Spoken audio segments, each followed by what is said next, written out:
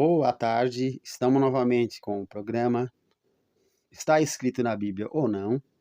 Eu sou o presbítero Márcio José Afonso, estou aqui repassando mais ainda, contando um pouquinho mais dos cavaleiros do Apocalipse. Então nós estamos na abertura dos selos, tem muita coisa para nós vermos em Apocalipse. Nós vamos tentar ir até o final do Apocalipse, tá? Eu vou pulando alguns pontos que não são importantes, tá? Que você não precisa realmente estar discutindo sobre isso, você pode ler em outros livros, para ficar mais fácil para as pessoas que estão assistindo não se sentirem tão com muita palavra, né? Porque não é muito falar que alguém vai aprender, vai ensinar. Quem está assistindo um vídeo desse geralmente está assistindo mais por um básico, ou para tirar alguma dúvida, ou simplesmente para fazer uma comparação com aquilo que ele já sabe.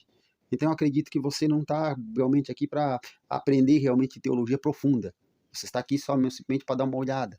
Quem gostou, embora eu nunca peço para entrar no link ali, né? Mas agora estou pedindo que você aperte no link, registre ali, mostrando que você realmente gostou, né? E vamos continuar aqui, muitos outros estudos eu vou continuar a apresentar a vocês, tá bom? Então aqui nós temos o terceiro selo com o terceiro cavaleiro também, tá? Havendo aberto o terceiro selo, ouvi dizer o terceiro animal, vem e vê. Olhei e eis um cavalo preto, e o que sobre ele estava sentado tinha uma balança em sua mão. Eu ouvi uma voz no meio do quadro dos animais que dizia, uma medida de trigo por um dinheiro, 3 medidas de cevado por um dinheiro, e não danifiqueis o azeite e o vinho. Esse cavaleiro nada mais é do que a fome.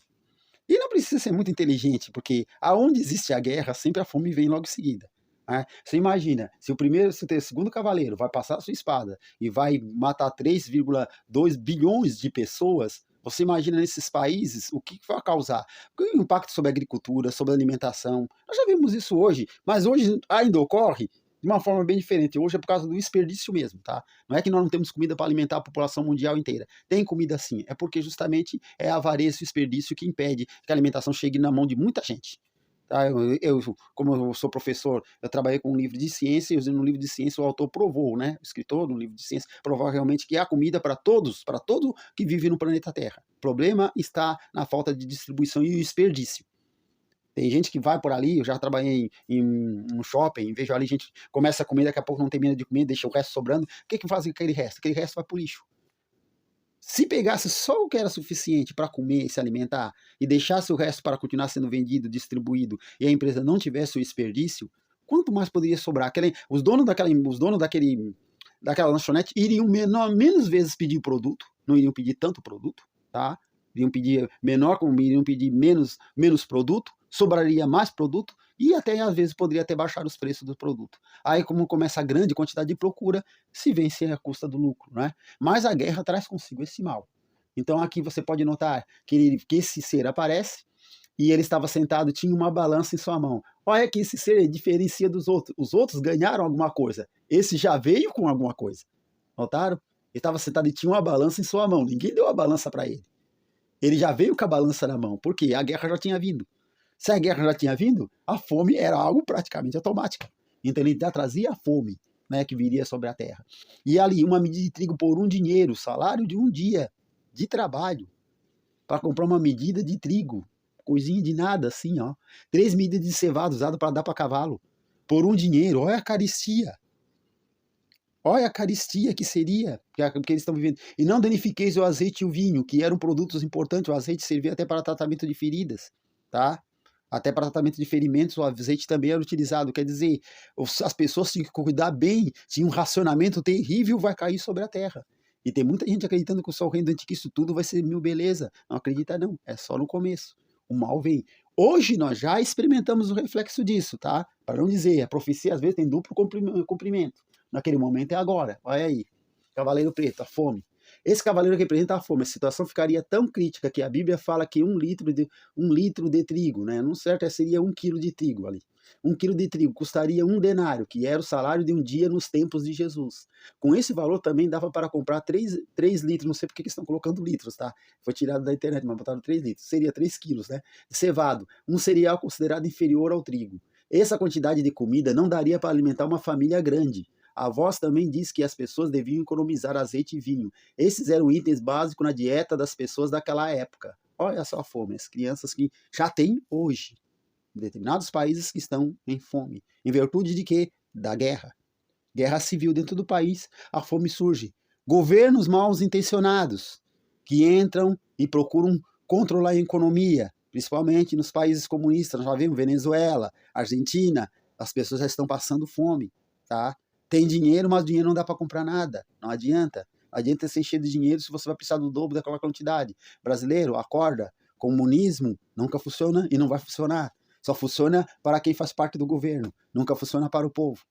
O controle sobre a economia, o controle sobre os alimentos, controle. O capitalismo tem seus erros. O capitalismo tem seus erros. O capitalismo também tem coisa errada no capitalismo. Mas o comunismo é bem pior. Você não tem um controle de nada. Tudo controlado sob pena de prisão e até mesmo de morte. Então a pessoa tem que pensar muito bem no que está fazendo antes de adotar determinado sistema de governo e achar que vai resolver o problema. Tem que haver muita boa ação. Não é que os sistemas são ruins, mas cada sistema tem uma porta aberta que dá mais poder. Quanto mais poder você dá para centralizar na mão do governo, menos você tem. Você lembra na época como viviam os reis antigos? Os reis antigos, principalmente na Inglaterra, a rainha da Inglaterra, junto com os outros, podres de ricos, eles têm riquezas inumeráveis. Ela é dona de todos os terrenos existentes do Reino Unido. Né? As pessoas moram em cima do terreno, mas ela pode desapossar qualquer pessoa a hora que ela quiser, de tanto, e as riquezas deles são inumeráveis. Não estou dizendo que todos na Inglaterra são pobres, não são todos na Inglaterra são pobres, mas eles têm uma riqueza controlada. Quem é ligado ao governo, geralmente, são os mais ricos. Ou aqueles que têm multinacionais fora da Inglaterra, são os mais ricos. Mas as pessoas que vivem ali dentro, elas vivem numa situação de trabalho muito mais que nós brasileiros, tem um regime de trabalho mais pesado, e em si, embora ganhe um pouco mais, ainda assim sacrificam-se muito. Então a gente não pode diretamente ficar ligando e achando que, se tivesse país daquele país está funcionando. Não, olhe bem o que você pensa. Não é se o regime em tudo é ruim, é quem dirige o regime que tem que saber dirigir corretamente. E não dá para centralizar mais o poder no governo. O governo dá comida, o governo dá isso, o governo dá aquilo. Eu já sou contra a tudo, sou bem sincero aqui no falar nesse canal, tá? Sou contra a Bolsa Família, sou contra o auxílio emergencial, nós temos que dar trabalho para o nosso povo. O povo tem que trabalhar e produzir. Quando você começa a dar dinheiro do governo para o povo, você tira no povo aquela vontade de trabalhar e cria-se aquela visão de que o governo vai dar. Não ajuda, só atrapalha. Aí um dia dá uma crise mundial, o governo não consegue mais te dar o auxílio.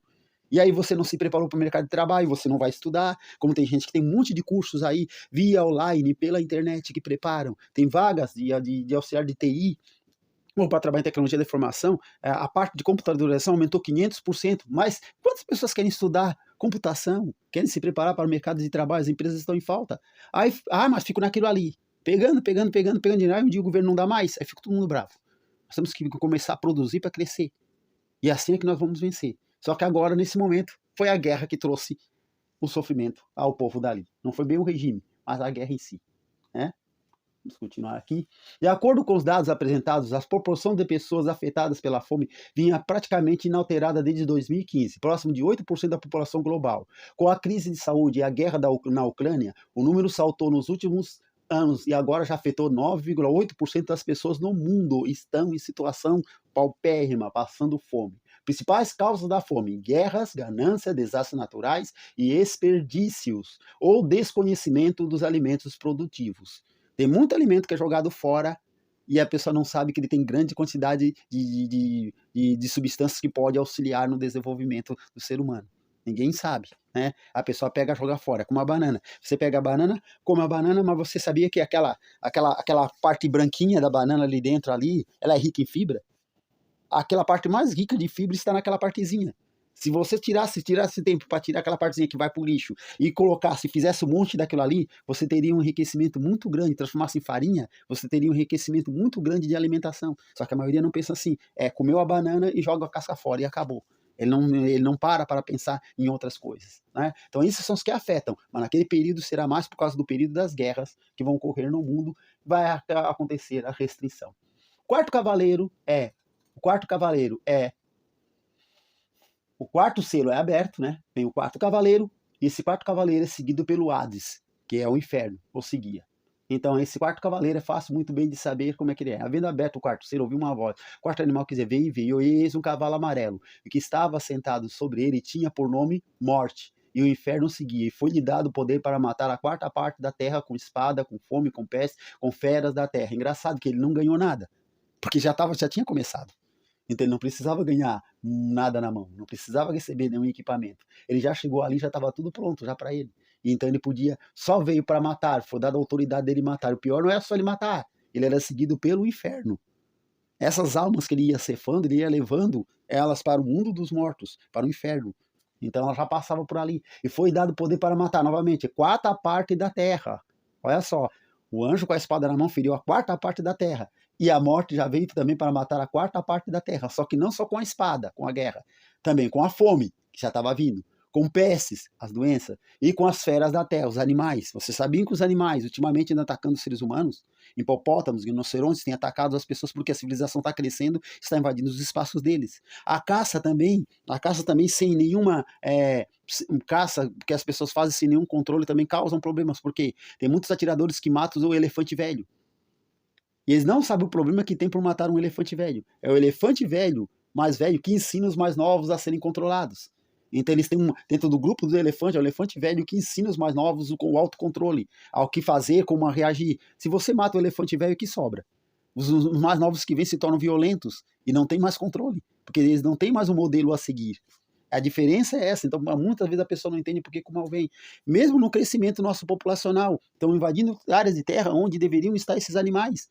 E aí o que vai acontecer? Essas feras, quando não encontrar mais os seus alimentos, em virtude do desmatamento, queimada, eles vão vir para onde? Eles vão vir para o local onde estão os seres humanos.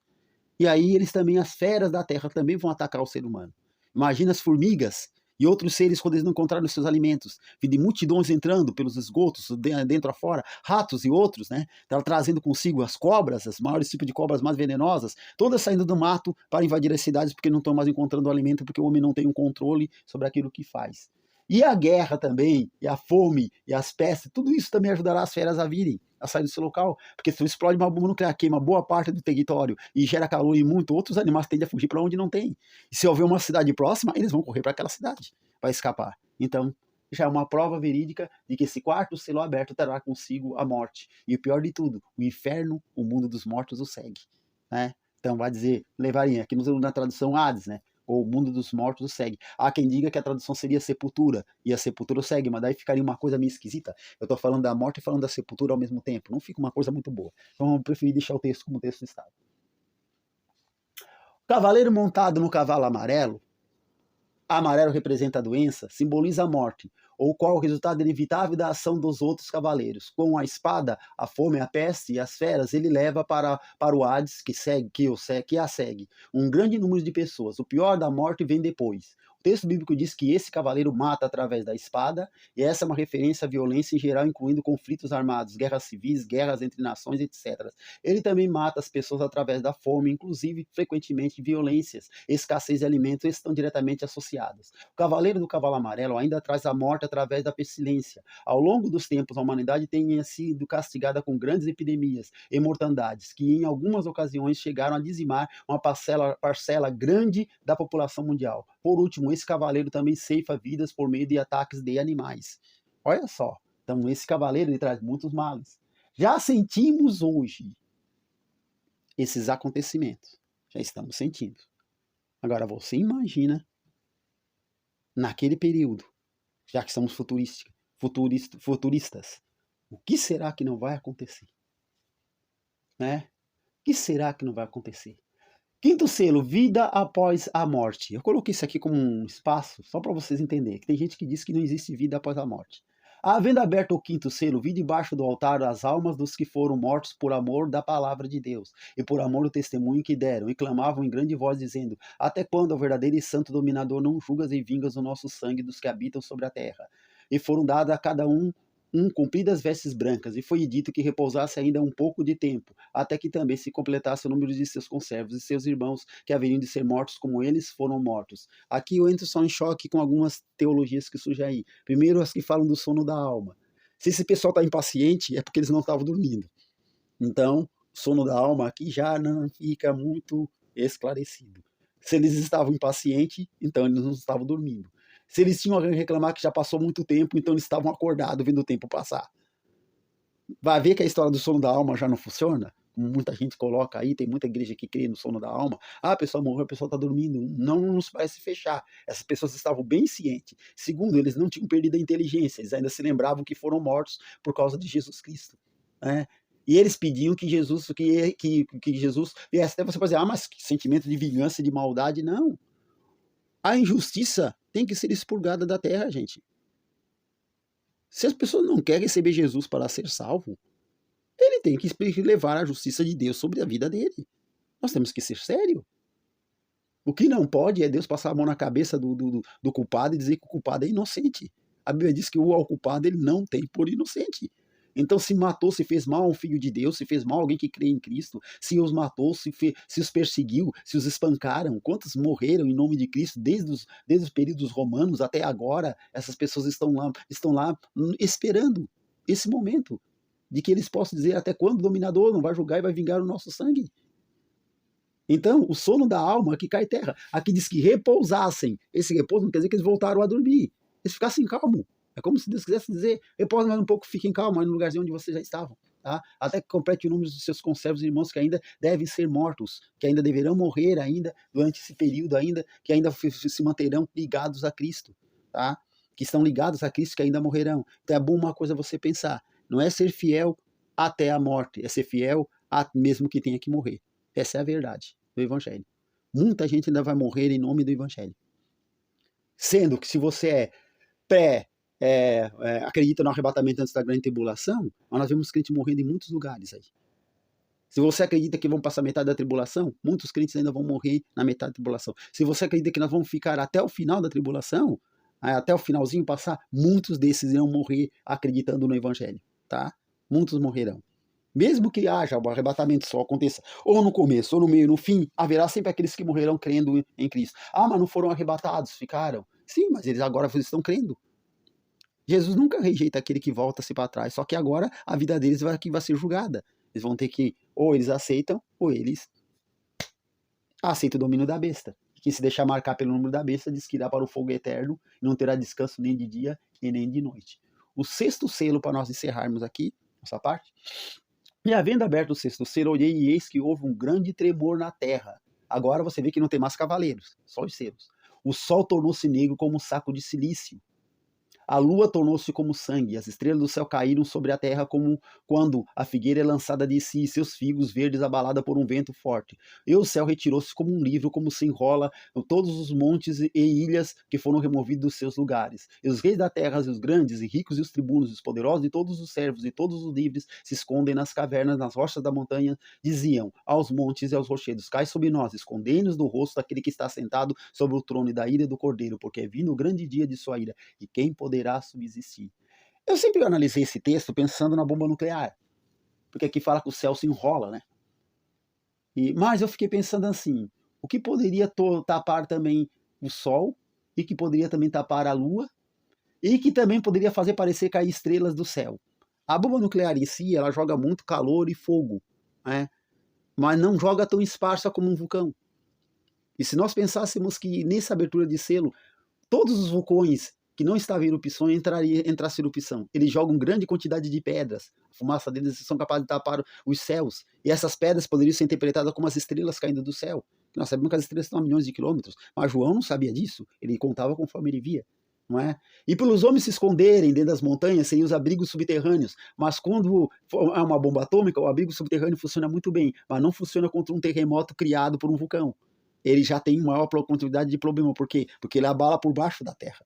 Então me parece aí ser um movimento sísmico muito grande e de erupções vulcânicas. E os homens até por um momento vão chegar a dizer, nos esconde da ira daquele que se assenta lá em cima. Haverá alguns ainda que reconhecerão que é o poder de Deus que está agindo naquele momento. Isso não quer dizer conversão, tá? Várias vezes as pessoas pensam uma coisa e fazem outras. Resumindo aqui os selos, né? O sétimo eu não vou comentar agora. Olhei e eis um cavalo branco, que estava sentado sobre ele, tinha um arco, e foi-lhe dado uma coroa, cavalo branco. Segundo selo, saiu outro cavalo vermelho, que estava sentado sobre ele, foi-lhe dado que tirasse a paz da terra, e que se matassem uns aos outros, e foi-lhe dado uma grande espada. Esse continuou ganhando coisa. E eis um cavalo preto, que estava sobre ele, e tinha uma balança. Esse já veio com a balança na mão, porque o primeiro já tinha feito o serviço.